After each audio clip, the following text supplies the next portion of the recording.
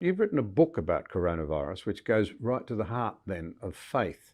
And the question mark that many people still have, the one that's been around for a long time, is of course this one of suffering. How can a good God allow a terrible thing like this to happen?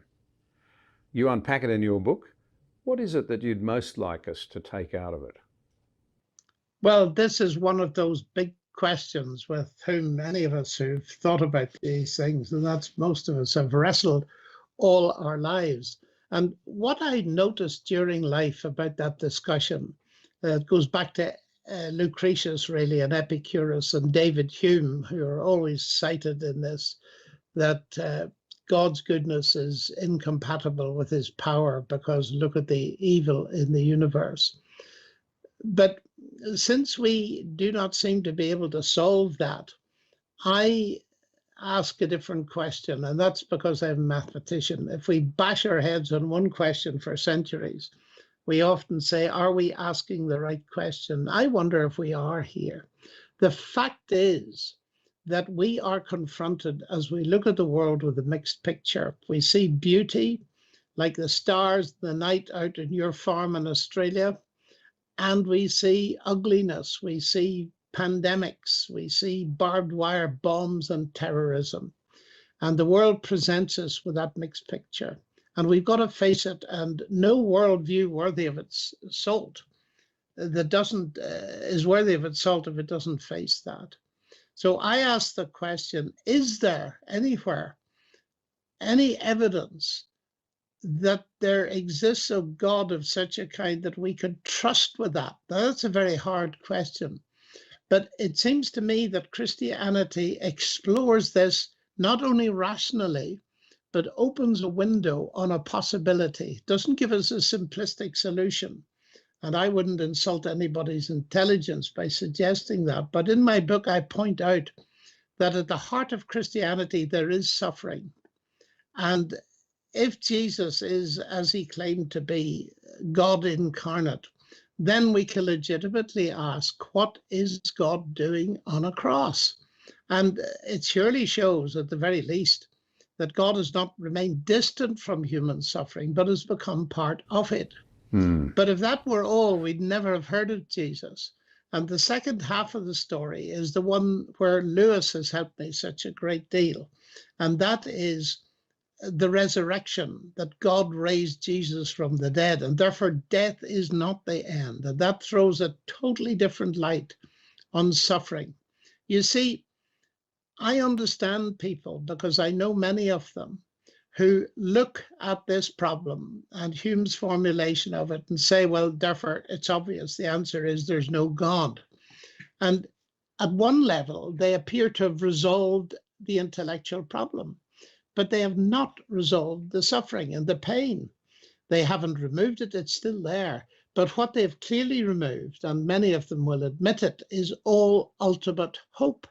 Now, that may be the situation, but it seems to me we need to explore further a credible alternative that goes deeply into that problem and offers us real hope through the resurrection of Jesus. Atheism has nothing to say something of COVID-19.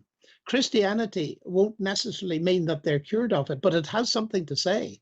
It can tell them that through a simple step of commitment to Christ and repenting of the mess they've made of their lives and perhaps those of others, they can enter into a new kind of life which transcends COVID. Now, I think that if that's true, that is worth communicating.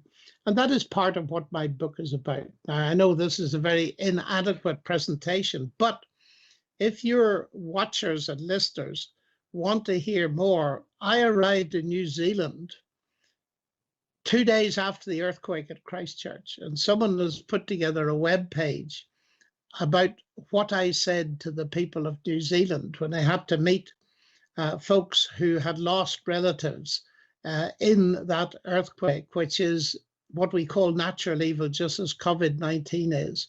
And if they Google my name in New Zealand, they will perhaps find something that will help them to see a bit more detail in it. And then, of course, there is my little book. Well, I think you're being very modest. I think what you've just said is very helpful. The alternative, to say that it's just an accident, everything's an accident, it's just in our DNA, is somehow very empty and quite devastating if you think it's stopping through. There's no rhyme, there's no reason, there's no explanation. The wounds will never be bound up, the pain will never end, there is no hope. I don't know that we can really survive without hope.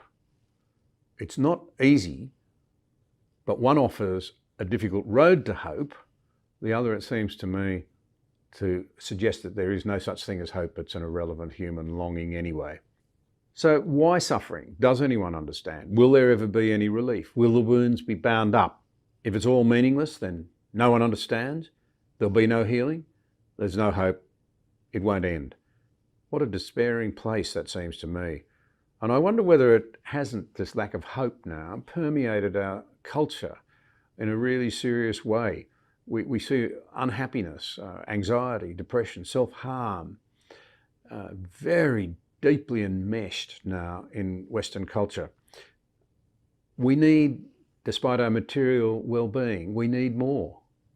I'm sure you're absolutely right. And that's why programs like this are very important, because unfortunately, in my country at least, the media are very biased against serious discussion of what Christianity has to say. And it's very interesting. In the UK in recent days, church attendance in virtual services has gone up. It's multiplied by 5 to 10 times, and it shows that people want to investigate whether the God solution has anything to say in the midst of the pandemic. But you're absolutely right, and my heart goes out to young people who have been fed superficial materialism and have not even the beginning of an understanding of what Christianity has to say. So it's important, and that's one of the reasons I stepped into the public arena, to call out some of these very inadequate understandings of culture and of history and of Christianity. Thank you for watching this episode. We appreciate your support. If you value vital conversations like this one, be sure to subscribe to the channel there and also click the notification bell to stay up to date with new releases.